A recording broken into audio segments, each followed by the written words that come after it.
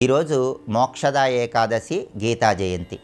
ఈ సందర్భంగా ఎలాంటి పరిహారాలు పాటిస్తే విష్ణు కృపకు సులభంగా పాత్రలు కావచ్చు, అలాగే మోక్షద ఏకాదశి సందర్భంగా గృహంలో ప్రతి ఒక్కరూ పాటించాల్సిన నియమాలేంటో నేటి పరిష్కారాలు అనే అంశంలో పరిశీలిద్దాం. ప్రధానంగా మార్గశిర మాసంలో శుక్లపక్షంలో వచ్చే ఏకాదశి తిథిని మోక్షద ఏకాదశి అనే పేరుతో పిలుస్తారు. ఈ మోక్షద ఏకాదశి చాలా శక్తివంతమైంది. ఈ సందర్భంగా గృహంలో తప్పకుండా కొన్ని నియమాలు పాటించాలి. వాటిలో ముఖ్యమైన నియమం ఏంటంటే అసత్యమాడరాదు. ఈరోజు గృహంలో ఎవరు కూడా అసత్యం చెప్పకూడదు. రెండవ నియమం క్రోధాన్ని విడిచిపెట్టాలి, శాంతంగా మాట్లాడాలి.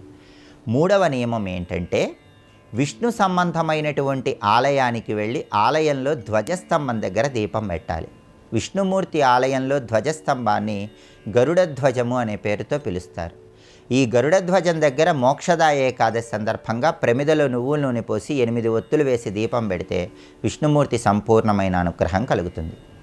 నాలుగవ నియమం ఏంటంటే గృహంలో ఉన్న వాళ్ళందరూ కూడా శ్రీమన్నారాయణమూర్తిని శాల పుష్పాలతో పూజించాలి.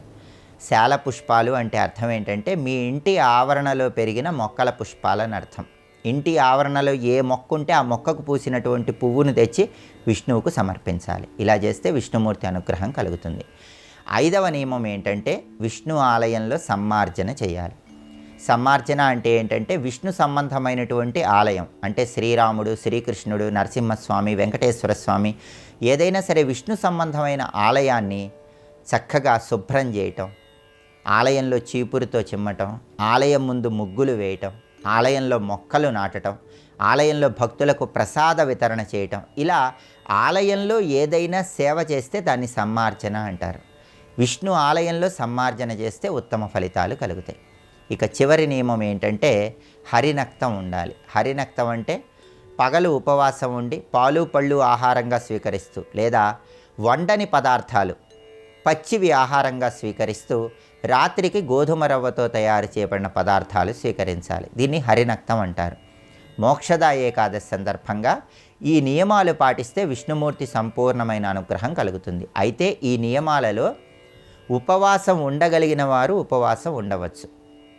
ఉపవాసం ఉండలేని వాళ్ళు హరినామస్మరణ చేసుకుంటూ అసత్యమాడకుండా క్రోధాన్ని ప్రదర్శించకుండా ఉన్నా కూడా శ్రీ మహావిష్ణువు సంపూర్ణమైన అనుగ్రహం కలుగుతుంది.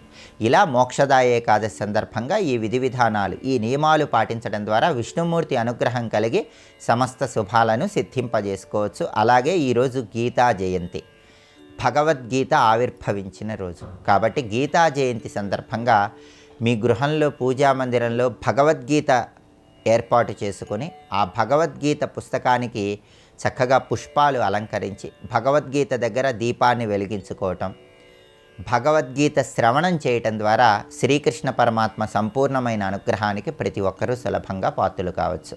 అలాగే గీతా జయంతి సందర్భంగా ఈరోజు కృష్ణ పరమాత్మ ఆలయానికి వెళ్ళి దర్శనం చేసుకోవటం, శ్రీకృష్ణ పరమాత్మ ఆలయ ప్రాంగణంలో దీపాన్ని వెలిగించటం, కృష్ణుడి ఆలయంలో ప్రదక్షిణలు చేయటం ద్వారా కూడా సమస్త శుభాలను సిద్ధింపజేసుకోవచ్చు. కృష్ణ పరమాత్మ అనుగ్రహానికి సులభంగా పాత్రలు కావచ్చు. మోక్షద ఏకాదశి గీతా జయంతి సందర్భంగా ఈ విధి విధానాలు పాటించి విశేషమైన శుభ ఫలితాలు సిద్ధింపజేసుకోండి.